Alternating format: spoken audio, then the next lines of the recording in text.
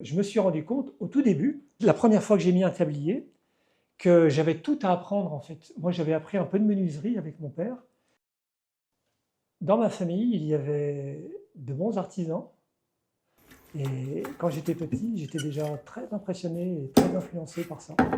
C'est-à-dire que à la campagne, il n'y avait pas grand-chose à faire. Donc quand mon père travaillait à l'atelier, c'était assez intéressant d'aller au moins voir ce qui se passait.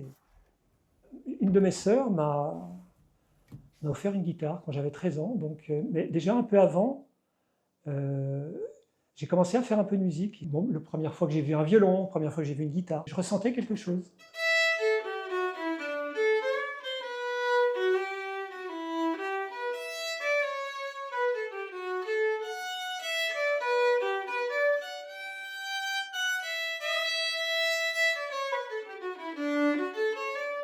Je m'appelle Michel Jamonot, j'ai 64 ans.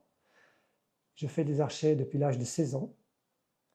Et j'ai commencé à travailler donc à 16 ans à Mirecourt, où j'ai passé 3 ans. Et à 19 ans, 20 ans, j'ai quitté Mirecourt et j'ai travaillé à différents endroits avant d'arriver à Nantes il y a 20 ans, où j'exerce maintenant cette activité à la maison. À 16 ans, j'ai fait une demande, une lettre, pour aller à l'école de Mirecourt, pour pouvoir commencer un apprentissage. Et au bout de quelques semaines, j'ai reçu une lettre me disant que j'étais sélectionné, à ma grande surprise. Des élèves là, moi je ne suis pas là parce que cette photo a été prise avant que je sois élève à Mirecourt. Mais je les connais, les gens qui sont là, je les ai connus. Pour faire un archet, il faut différentes matières premières. Pour faire les baguettes, j'utilise différents bois exotiques. Et ensuite, il faut du crin. C'est très important d'avoir du bon crin parce que le crin, c'est la sonorité. C'est une grande partie. Le bois aussi, bien sûr. La qualité du bois va être importante aussi pour le toucher de l'archet et la sonorité, mais le crin, c'est très important, et la colophane. Et ensuite, j'utilise de la nacre, du métal, de l'argent, surtout l'argent, un petit peu l'or, et le cuir pour faire les cuirs de poussette, des choses comme ça. Donc je sais travailler le bois, la nacre et le métal. Et les outils indispensables, un canif, un rabot, une lime, une petite scie, un établi bien sûr. Ça c'est moi qui l'ai fait. On a ce goût à faire les outils parce que moi j'ai vu que ça quand j'étais gamin.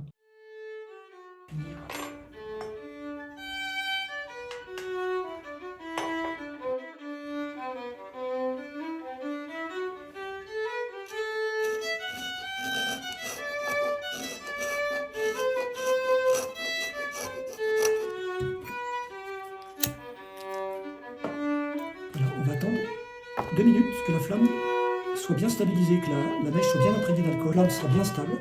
Je vais pouvoir chauffer mon bois de manière adéquate.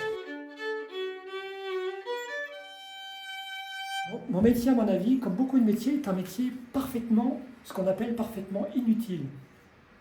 On pourrait vivre sans faire des archets très, comment dire, très performants. On pourrait vivre pareil. Il y a des musiciens qui seraient très malheureux, bien sûr. Ils joueraient peut-être des archets moins bien, mais ce serait possible. On pourrait faire de très bons archets à jouer, mais des archets moins beaux. Ça serait possible. Mais vous voyez, c'est pas ce qu'on fait. Et j'incite les jeunes à vraiment aller dans ce domaine-là de l'inutile.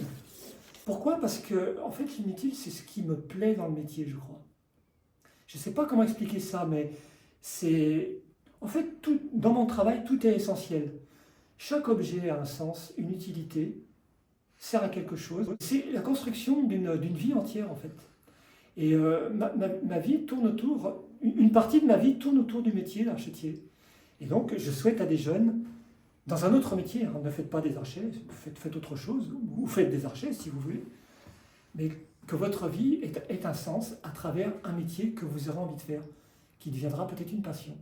C'est mon idée, hein. C'est mon idée à moi, mais je pense que la manière de travailler, la manière dont je travaille ne va pas perdurer après moi, je ne pense pas. Pas exactement de la même manière en tous les cas, parce que ma petite expérience de maître d'apprentissage me montre que les gens qui sont venus apprendre avec moi ne suivent pas les règles que je leur ai enseignées. Alors, ce n'est pas un défaut, hein. C'est simplement qu'on n'a pas le temps d'approfondir. Je mets un peu de pâte, je prends ça d'une manière bien précise. Ça, c'est mon maître qui m'a montré ça. Il m'a dit non, pas comme ça, il m'a dit. Comme ça, il m'a dit. Et je fais toujours comme ça, comme il m'a dit. Vous voyez ce que je veux dire? Vous ravivez le brillant. Vous voyez en quelques secondes. Simplement rajouter, c'est que le savoir-faire naît et meurt, hein. C'est comme nous, c'est comme les êtres vivants. C'est-à-dire qu'un peu de savoir-faire va mourir avec moi, mais en même temps, d'autres gens, après moi, ou en ce moment même, ou hier ou demain, vont redécouvrir ce savoir-faire, vont redécouvrir ces techniques.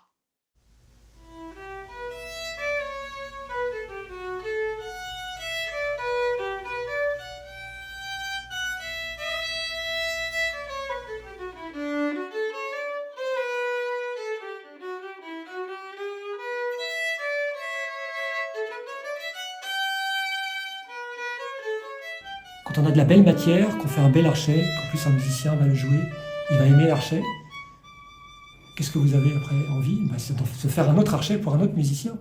C'est tout, hein. Il n'y a pas de mot plus à dire.